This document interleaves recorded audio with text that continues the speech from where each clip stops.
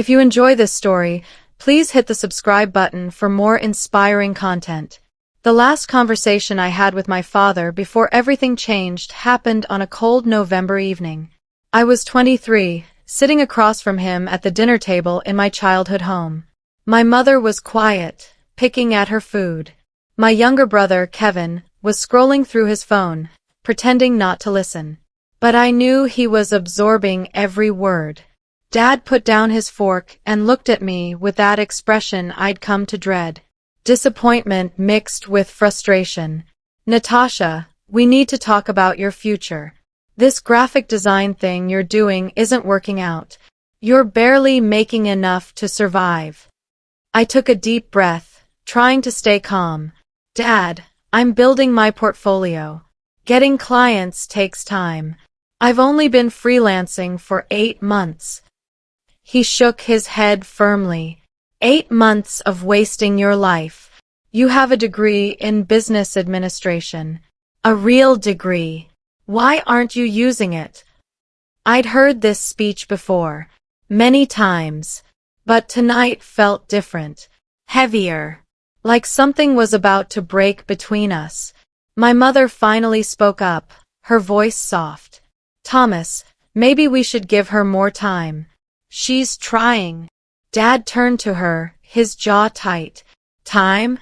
Sharon, she's living in a tiny apartment, eating ramen noodles, struggling to pay rent. That's not a life. That's suffering." He looked back at me. "I didn't work 2 jobs to put you through college so you could draw pictures on a computer for pennies." His words stung. I loved graphic design. I loved creating brand identities, designing websites, making visual stories come alive. It wasn't just drawing pictures. It was art with purpose. But he never saw it that way. To him, creativity wasn't a real career. Kevin finally looked up from his phone. "Maybe let Natasha do what makes her happy?" Dad shot him a look. "You stay out of this. You're still in high school. What do you know about the real world?" The tension was suffocating. I pushed my chair back and stood up. "I'm not giving up on my dreams just because you don't understand them." Dad stood too, his voice rising. "Dreams don't pay bills, Natasha. Reality does." I grabbed my jacket and headed for the door. Mom called after me, but I didn't stop. I heard Dad say, "Let her go. Maybe some more struggling will knock sense into her." I drove back to my small studio apartment in the city, tears blurring my vision. I wasn't crying because he hurt my feelings. I was crying because he was right about one thing. I was struggling, really struggling. My freelance graphic design work brought in maybe $1,200 a month on good months. Rent alone was $900. I was living on instant noodles, skipping meals, using the library's internet because I couldn't always afford my own. But I wasn't ready to give up. Not yet. That night, I sat at my desk, a wobbly table I'd found at a thrift store, and opened my laptop. I had 3 small projects due that week. A logo for a local bakery. Social media graphics for a fitness trainer. A flyer for a community event. Small jobs. Small money. But they were mine. I was building something, even if no one else could see it yet. Over the next few months, I doubled down. I took every project I could find, no matter how small. I worked 16-hour days. I learned new software. I watched tutorials until 3 a.m. I reached out to potential clients constantly. My father and I barely spoke during this time. When I visited home for Sunday dinners, mostly for Mom's sake, he'd ask pointed questions. "Found a real job yet? Still playing around with computers? When are you going to grow up?" I'd bite my tongue and change the subject. Kevin would text me afterward, "Don't listen to him. I think what you do is cool." That helped. A little. In March, 6 months after that terrible dinner, something shifted. A small tech startup reached out to me through my online portfolio. They needed a complete brand identity. Logo, website design, marketing materials. It was the biggest project I'd ever been offered. The pay was $5,000. I almost cried when I saw the number. I worked on that project like my life depended on it, because in a way it did.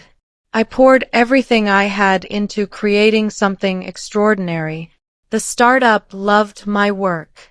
They paid me on time and left a glowing review on my portfolio site. More importantly, they referred me to 3 other companies. Suddenly, I had more work than I could handle alone. By summer, I was making $4,000 a month. Still not rich, but stable. I could pay rent, buy groceries, and even save a little. I upgraded my equipment, got a better computer, a proper desk, professional design software subscriptions. I was growing, but I didn't tell my father. Part of me wanted to prove something first.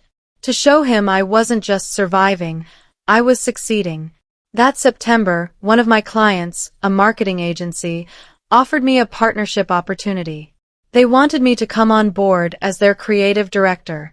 I'd have equity in the company, a salary, and freedom to take on outside projects. I was 24 years old, and someone was offering me a leadership position. I said yes immediately.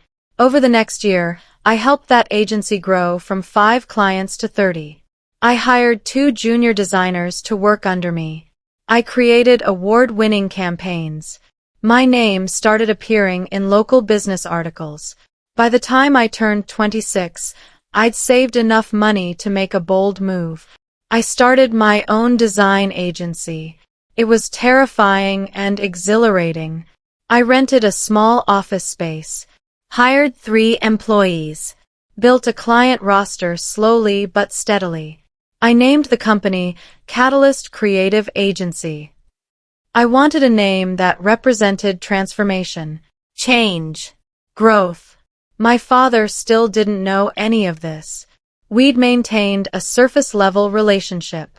I'd visit occasionally, keep conversations light, avoid talking about work.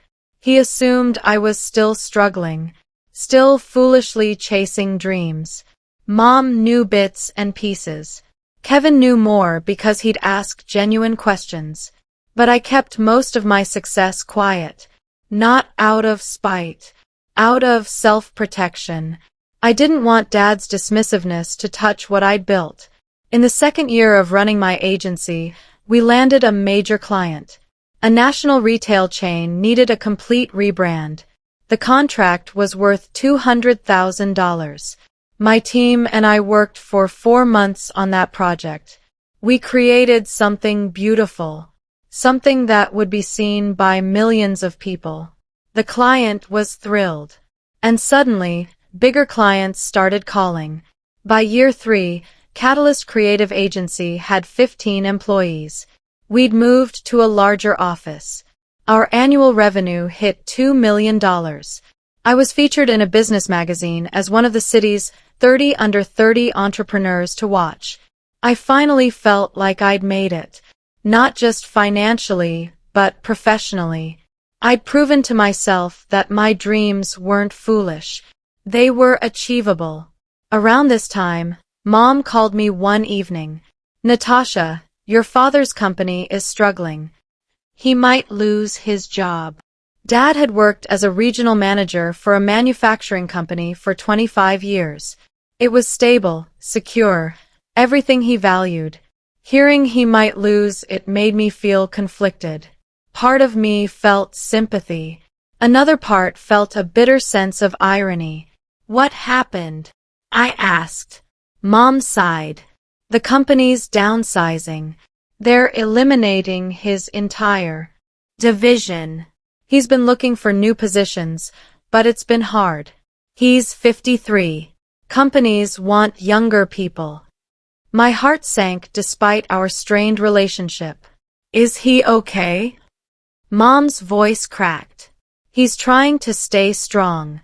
But he's scared, Natasha. really scared. I thought about Dad's situation for days. The man who'd always preached about stability and real jobs was facing the very instability he'd warned me about. Life was strange that way. A few weeks later, Mom called again. Your father has a job interview next week. It's with some marketing agency downtown. We're praying it goes well. My stomach dropped. What's the name of the agency? She paused, thinking. Something about catalysts? Catalyst Creative, I think. I couldn't breathe. My father was interviewing at my company. My company. He had no idea. The position was for an operations manager.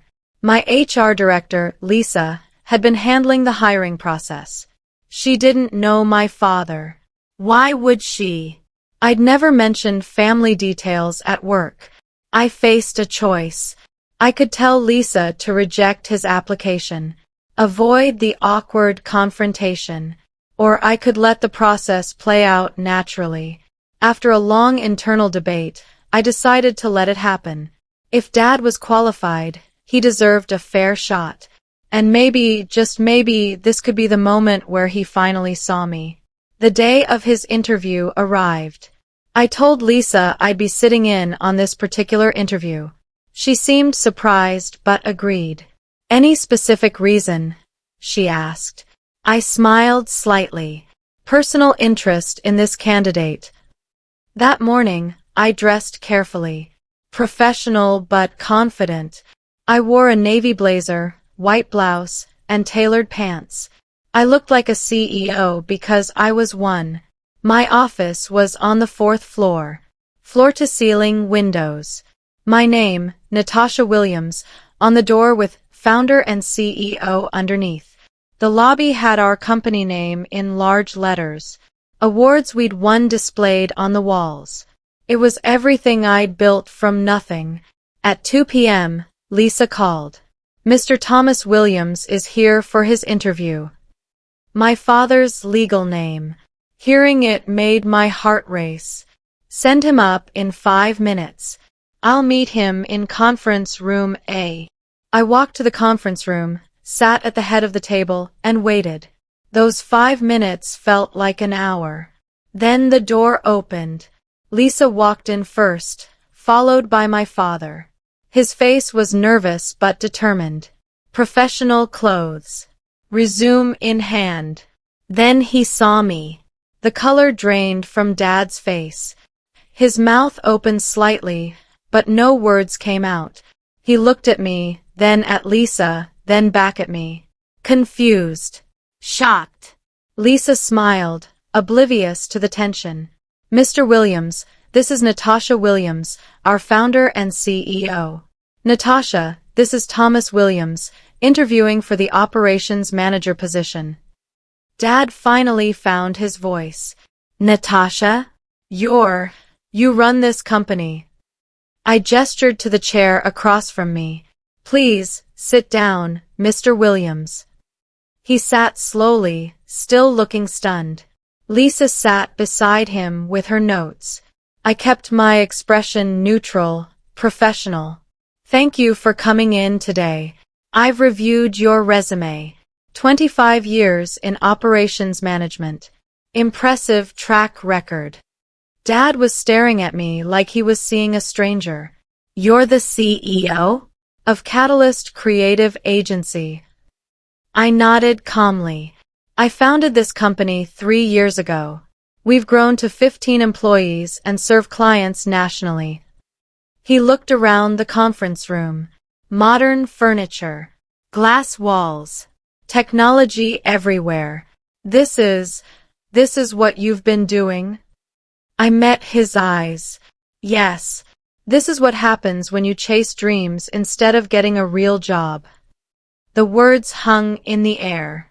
Lisa glanced between us, sensing something unspoken but not understanding what. Dad sat back in his chair, processing. I could see emotions flickering across his face. Shock. Confusion. Something that might have been pride. Or shame. I continued professionally. Let's talk about the position. We need an operations manager to oversee logistics, vendor relationships, and internal systems. Your experience aligns well with these needs. I went through the interview questions methodically, asked about his experience managing teams, handling budgets, solving operational problems. Dad answered, but he seemed distracted, off balance. At one point he asked, "Why didn't you tell me about any of this?" I kept my voice even. "We're here to discuss your qualifications for this position. Personal matters can be addressed separately." Lisa nodded, making notes. After 45 minutes, I stood. "Thank you for your time, Mr. Williams. We'll be in touch within a week with our decision." Dad stood too, still looking dazed. "Natasha, can we talk? Privately?" I considered saying no, making him wait, but I nodded. "Lisa, could you give us a moment?" She left, closing the door behind her. The silence was heavy. Dad looked around the room again, then at me. "I don't understand. How did you do all this?" I crossed my arms. "Hard work, long hours, sacrifices, believing in myself even when no one else did." He flinched at that last part. "I didn't know you were this successful. You never said anything." I raised an eyebrow. "Would you have listened? Every time we talked about my work, you dismissed it, called it playing around, said I needed a real job." Dad ran his hand through his hair, grayer than I remembered. "I was worried about you. You were struggling. I didn't want you to suffer." I softened slightly. "I was struggling because I was building something. Building this. But you never asked about my progress. You just assumed I was failing." He sat down again, looking tired. "You're right. I did assume. I was wrong." Those last 3 words surprised me. Dad rarely admitted being wrong about anything. He continued, "When your mother told me I had an interview here, I didn't connect the dots. Catalyst Creative. Natasha Williams, CEO. I should have realized." I sat down across from him. "But you didn't, because you never took my work seriously enough to remember my company's name." Dad's face showed pain. Real pain. "That's fair. I deserve that." We sat in silence for a moment. Then he asked quietly, "How long have you been running this company?" I answered, 3 years. Before that, I was creative director at a marketing agency. Before that, I freelanced and nearly starved. But I kept going because I believed in what I was doing. He looked at his hands. "I thought I was protecting you, guiding you towards stability. The world I grew up in, you got a steady job, worked hard, and retired with a pension. That was the dream." I understood that. But the world changed, Dad. My generation can't rely on the same paths you did. We have to create our own. He nodded slowly. "I'm seeing that now, especially since losing my job. 25 years of loyalty, and they let me go in a 10-minute meeting." There was bitterness in his voice. "I'm sorry that happened. It's not fair." He looked up at me. "Do I actually have a chance at this job? Or was this interview just to teach me a lesson?" I considered the question carefully. "That depends. Are you qualified?" Dad straightened slightly. "Yes. I know operations inside and out. I can manage teams, streamline processes, and solve problems." I believed him. Despite our personal issues, I knew Dad was competent, dedicated, hard-working.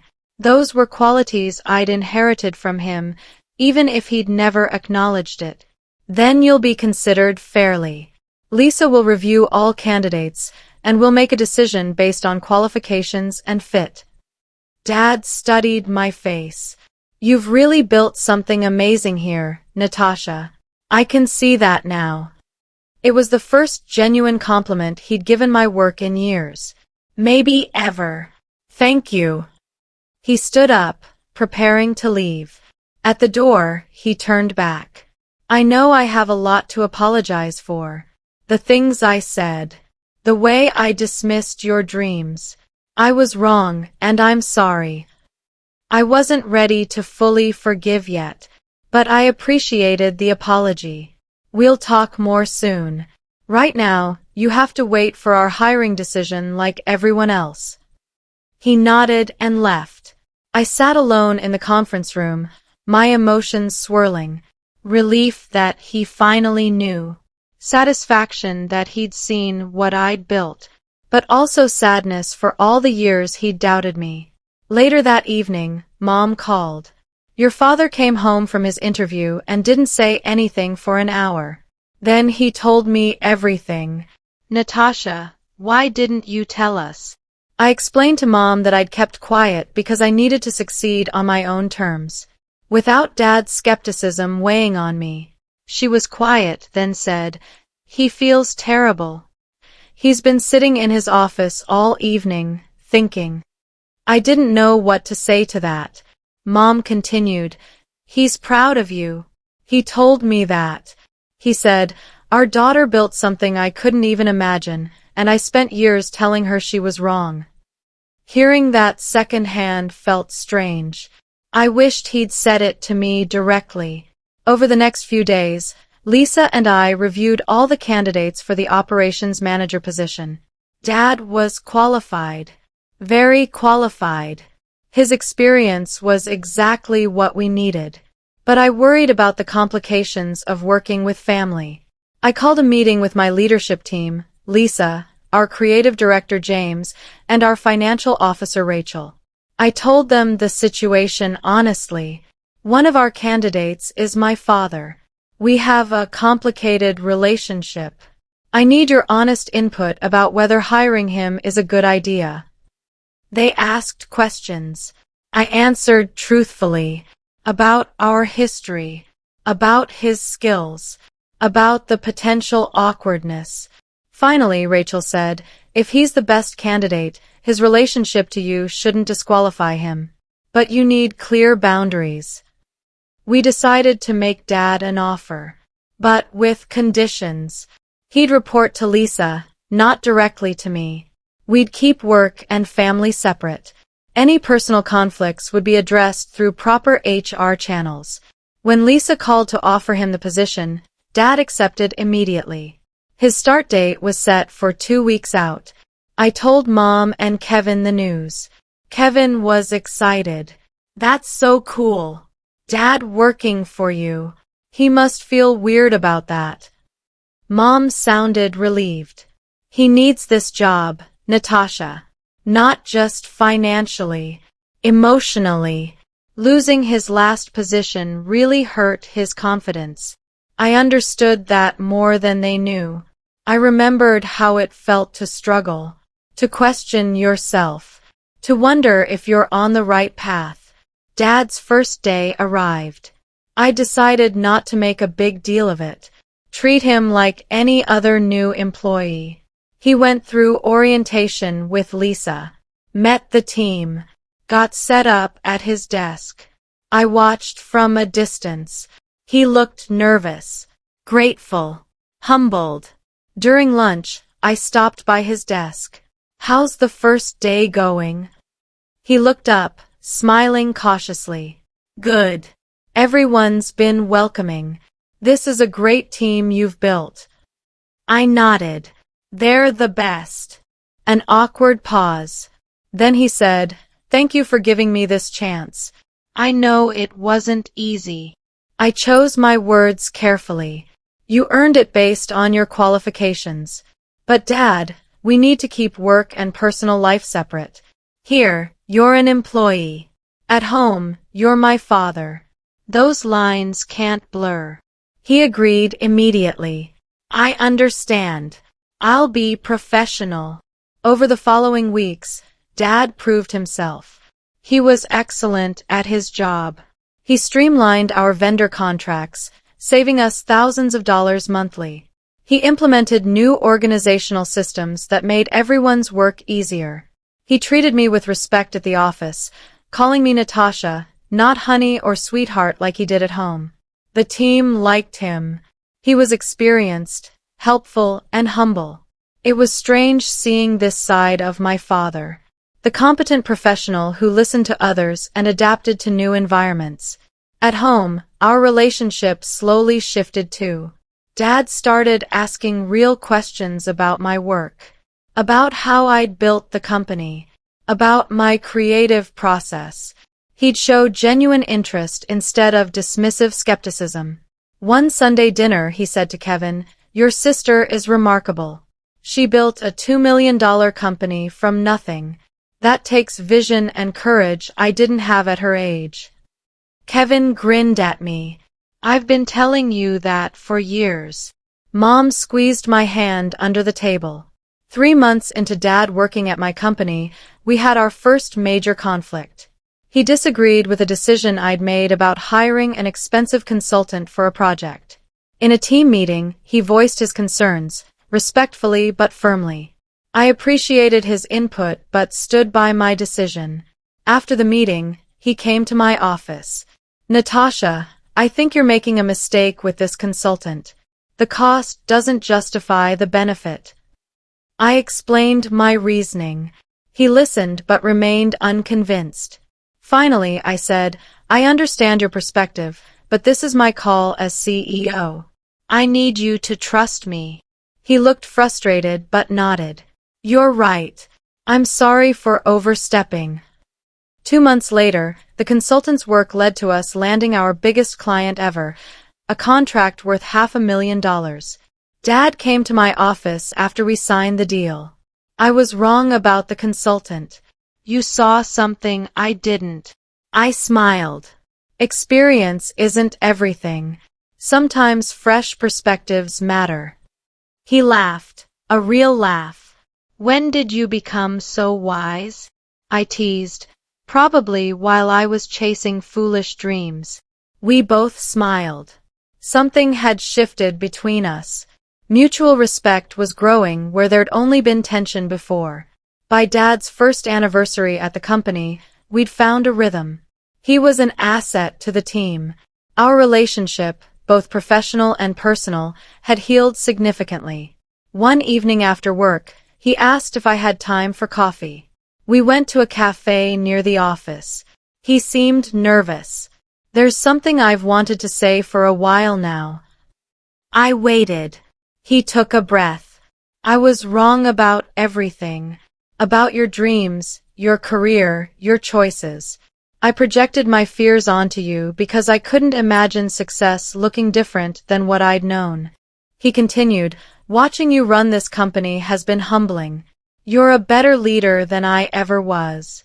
You inspire loyalty. You take risks but calculated ones. You've built something sustainable and meaningful." Tears pricked my eyes. "Thank you for saying that." He reached across the table and took my hand. "I'm so proud of you, Natasha. Not just because you're successful. Because you stayed true to yourself even when I made it hard. That takes strength I didn't have." I squeezed his hand. "You taught me more than you think. Your work ethic, your persistence, your integrity. I learned those from watching you." His eyes got misty. "I wish I'd supported you from the beginning." I said honestly, "I wish that too. But maybe this is how it needed to happen. I had to prove it to myself first. If you'd supported me from day one, I might always wonder if I succeeded because of you instead of despite you." He considered that. "Maybe you're right. But I still regret the years I wasted doubting you." We talked for 2 hours. About his fears. About my struggles. About the moment he realized he'd been wrong. He told me, "When I walked into that lobby and saw your name on the wall, I felt shame. Then pride. then overwhelming regret for missing your journey. I shared how scared I'd been during those early freelancing days, how close I'd come to giving up, how his words had hurt but also fueled me. Every time you said I needed a real job, part of me wanted to quit, but another part got determined to prove you wrong. He shook his head. I'm sorry I made you feel that way. Parents should be their children's biggest supporters. I said, you're supporting me now. That counts for something. By the time we left the cafe, something had fundamentally healed between us. We weren't perfect, but we were honest. And that was enough. 2 years after Dad joined my company, Catalyst Creative Agency had grown to 30 employees. We'd opened a second office in another city. Our revenue hit $5 million annually. I was 30 years old and running a thriving business. Dad had been promoted to Director of Operations. He'd earned it through excellent work and leadership. The team respected him completely. At the company's annual dinner, I gave a speech thanking everyone for their contributions. At the end, I added something personal. I want to acknowledge someone specifically.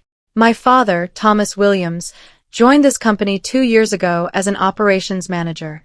At the time, our relationship was strained. He'd spent years telling me to give up on my dreams and get a real job. The room went quiet.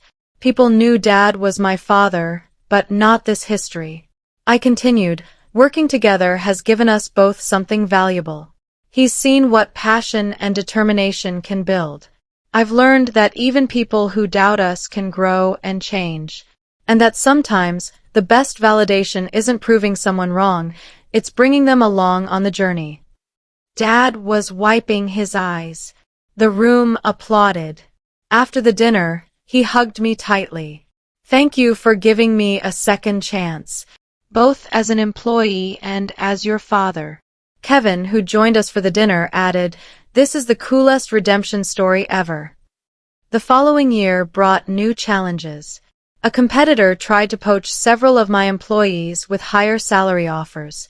I had to make hard decisions about raises and equity sharing to retain top talent. Dad was invaluable during this time. He helped me negotiate. He counseled employees who were considering leaving. He used his experience to guide me through the crisis. We retained everyone who mattered. And the company emerged stronger, with better compensation structures and clearer paths for advancement. During this period, I saw Dad differently. Not as the man who doubted me, but as a mentor whose experience complemented my vision. We became a team. One evening, working late together on a strategic plan, he said, you know what's ironic? I spent years telling you to use your business degree. And you are. Just not how I expected. I laughed.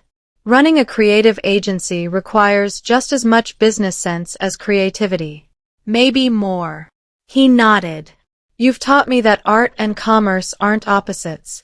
They're partners. It was a significant admission from a man who'd once dismissed creativity as frivolous. By my 32nd birthday, I'd been running Catalyst Creative for 6 years. The company was valued at $10 million. I'd been approached by investors interested in buying equity. I was considering expanding internationally. At my birthday dinner with family, Dad raised his glass. A toast to Natasha. When she was 23, I told her to stop chasing dreams and get a real job. I was convinced she was wasting her life. Everyone was quiet, knowing this story. He continued, I was spectacularly wrong. Not just about her career. About what constitutes success. About the courage it takes to build something from nothing. He looked at me. Natasha didn't just chase a dream. She caught it, nurtured it, and turned it into something that employs 30 people and serves hundreds of clients. She proved that passion and profit aren't mutually exclusive. His voice cracked. I'm grateful she didn't listen to me. Because if she had, the world would have one less remarkable woman showing others what's possible. Kevin whistled. Mom was crying happy tears. I stood and hugged Dad. "Thank you for learning to see me," I whispered. He whispered back, "Thank you for not giving up on me." The dinner continued with laughter and stories. Kevin talked about his own creative ambitions. He wanted to be a filmmaker. This time, Dad encouraged him. "Chase it. Just ask your sister for advice. She's the expert." I felt proud, not just of my success, but of my family's growth. 6 months later, I got a call that would change everything. A major national corporation wanted to acquire Catalyst Creative Agency. The offer was substantial, $20 million. I'd retain creative control for 3 years and stay on as CEO. It would give us resources to scale nationally and provide financial security for everyone involved. I called an emergency meeting with my leadership team, Lisa, James, Rachel, and Dad. I presented the offer. The room was stunned. James spoke first. "That's life-changing money, Natasha. But it's your call." Rachel added, "Financially, it's brilliant. But only if you're ready to give up complete independence." Dad was quiet, thinking. Finally, he said, "Can I ask what you want? Not what's smart or profitable. What does your gut say?" I thought carefully. Part of me wants to keep building independently, stay small and authentic. But another part sees the opportunity to impact more people, hire more talent, create more art. He nodded. "Both choices are valid. There's no wrong answer."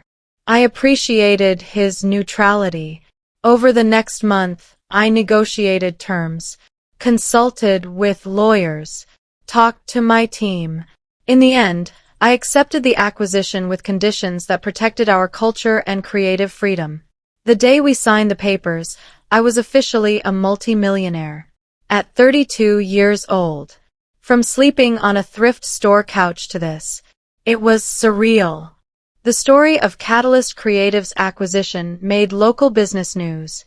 Reporters wanted to interview me about my journey from struggling freelancer to successful CEO.